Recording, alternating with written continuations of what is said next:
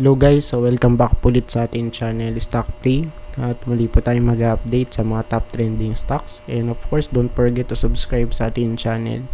And press na rin yung notification bell para palagi po kayo manonotify sa mga bagong videos na i-upload natin. And shout out po sa mga viewers. Okay. And sa mga nagla-like saka sa mga nagko-comment. Shoutout po sa inyong lahat. And I'm hoping na okay po tayo lahat kahit may bagyo, no? Ayan. Para sa may natin first video natin, of course meron tayong top trending. Let's start with MAC. Tas mamaya, of course meron tayo ulit video. Second video, of course about stock update. MAC yung natin first. Ayan. I-check muna natin dito sa weekly. So ano nangyari? Medyo nag-rally, ano? Okay, tama ba? So ayun, so medyo nag-bounce nga siya. So sa weekly, we're not sure kung ano to, no? Kung saan malapit magko-close. Ayan, kasi Thursday ngayon. Tama, Thursday ngayon, tapos bukas Friday. Tignan natin kung saan magko-close. So, pwede dito, malapit sa may resistance, 7.7. Somewhere here. Or dito, malapit nga doon sa may green box. Or, sa gitna na to. No? And, kaya tignan natin. And, so far pa naman, still, wala pa rin tong pullback, guys. And remember, nasa weekly chart tayo no? So it means once na bumaluktot to at magkaroon ng pullback, medyo ano to, no, kumbaga medyo malaki yung kanya ibabagsak. Sa daily chart, check natin. Yes, for now ano siya, no, ranging na mako-consider kasi medyo nagbabounce yung price We have a rally here. Of course, breakout of first breakout. Then, of course, throwback dito. Bounce ulit. Okay. Then, bagsak. And right now, ayun. So, medyo nag-rally ulit dito, no? And kung titignan natin, if ever man na ano to, na mag-play out yung possible divergence, so it means dapat ano to, no, pag breakout, okay, para mag-create ng higher high dito or flat. So it means dapat, so at least mag-retest lang dito, no? Okay, tapos dito naman mag-rally. Ayan, no? Pwedeng ganun yung setup dito for MAC. Ayan. Pero ito kasi hindi pa oversold. Ayan. Tingnan na lang natin yung bukas, ano. Since Friday naman bukas. Tama ba? Friday. Ayan. Next po natin, AC. Okay. Trending siya. Check natin sa weekly. So, sa weekly,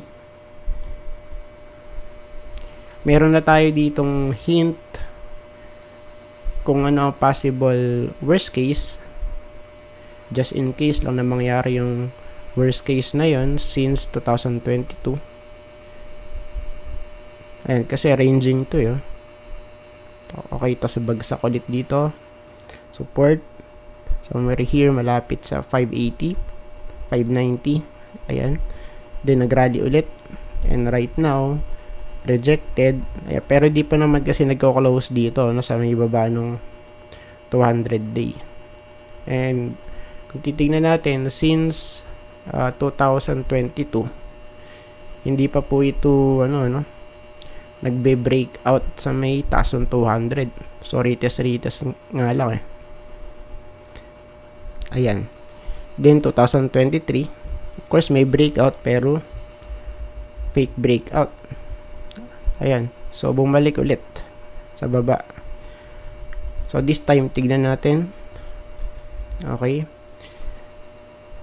For now, ang ano natin ngayon, ang target. So, pwede rito. 690, 700. Okay, pwede yung support dyan. Pero kung malaglag siya, ang target natin dito guys, ayan, 665. 665 guys, no?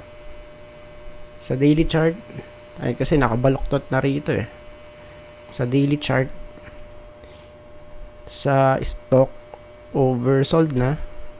Ayan, pero yung 200 natin, medyo malalim pa eh. 200 day moving average, no? So,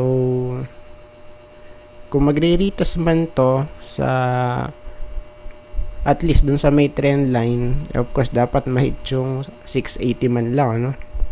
Or kung maghanap to na support sa horizontal, eh dito yan sa may 670, 660, no?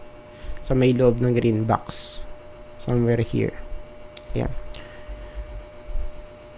So, tignan natin, no? Ano mangyari dito for AC. Converge.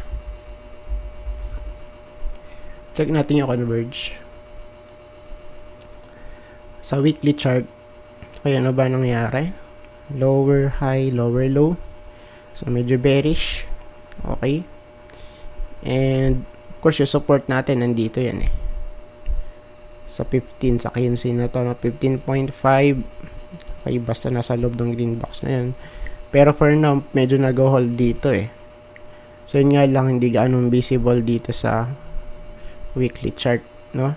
Ayan. Pero, pag sinilip natin sa daily chart, so, ito ang makikita natin dyan. So, meron tayo dito, support malapit sa 16. Okay? Isa mga previous lows niya na kung saan nagkakaroon ng bounce. Ayan, no? Pero, based dito guys, so pwede natin ito i-consider yung area na to, no? Somewhere here sa 15.4. Okay, na support. Ayan. So once guys na mag-retest, if ever man, eh tignan natin ano. Eh possible pa rin na ma-reject, then dito possible malaglag sa may 15 na to. Ayan, sa may support. So, as of now, yung close niya sa daily chart, 16.1. No? SM. Check natin SM. Okay, sa weekly chart. Ayan. Medyo ano lang to, medyo off lang, ano. Ayan, kasi meron tong kamukhang, ano eh, chart, yung Bitcoin, no? Pero yung Bitcoin kasi nag-breakout na eh. Ayan. So, ito si SM. Wala. Rejected, guys. Ayun na sa may resistance. Of course, medyo strong talaga yon kasi may confluence eh, sa may trend line and as well dun sa may ano natin, horizontal resistance. And right out, nasa support. Okay. So, ngayon, pagka hindi nag-hold dyan, possible. Ang worst case, maybe rito, bumalik. Ayan, sa 810, ano, kasi ito yung mga previous bottoms niya eh. Ayan, so, ito, tapos balik dito, retest. Okay. Then, bagsak ulit dito, tapos retest ulit dun. So, I think, ito yung magiging, ano natin, worst case. If ever man, ano. Yan, para meron na tayo idea based sa big picture. So, ngayon, sa daily chart, check natin, yung 200 nakaamba, pero still nakabaluktot pa rin, ano, yung ating indicators. Stock, bearish crossover. Okay. Same here, lower highs, lower lows. It means bearish. Okay, for now, ang pwede nating gawing support yung 200 day moving average. So, at least dito guys, malapit sa 922. Ayan. So, pwede rito. Kasi base sa previous ano niya, bounces, medyo nag-hold sa may 200 eh. Ayan, no? So, twice, no? Then, after that, nagkaroon ng rally.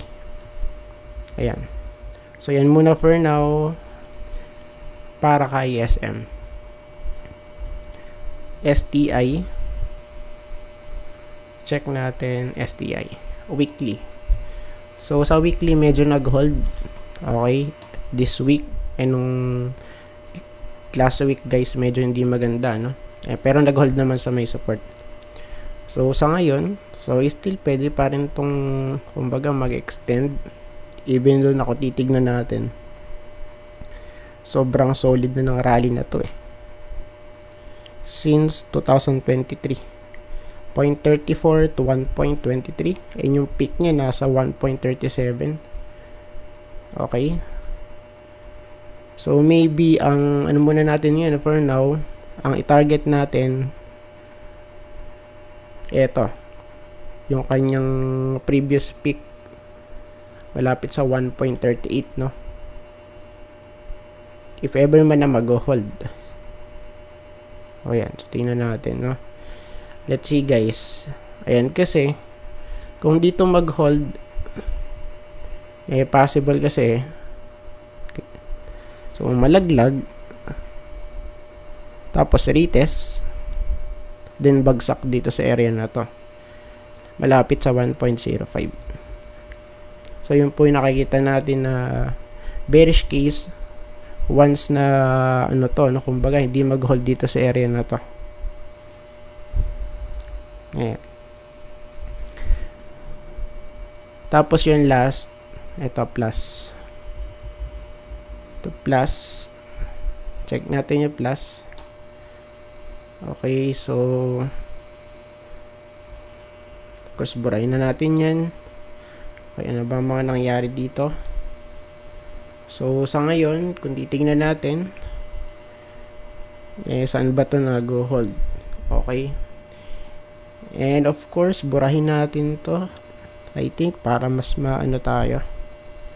Ayan, so fresh reset tayo ngayon, guys, sa weekly para di gaanong ano, no,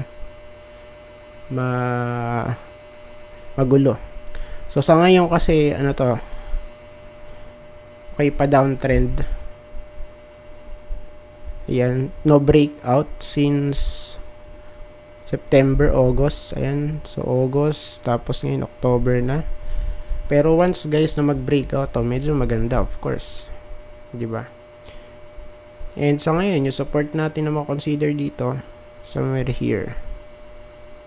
Ayan, so medyo nag-hold dito eh. Ayan, no? Okay, sa may area na to, no? Diyan. 19.5, tapos dito, guys, somewhere here sa 21.8.